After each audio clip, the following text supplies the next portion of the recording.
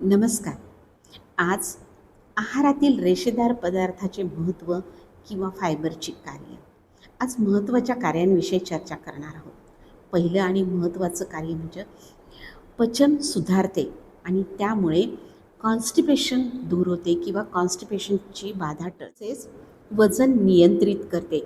पोट भरल्याचे फिलिंग देते. त्यामुळे ओव्हर ईटिंग टाळता येते आणि वजनावर नियंत्रण ठेवणे शक्य होते.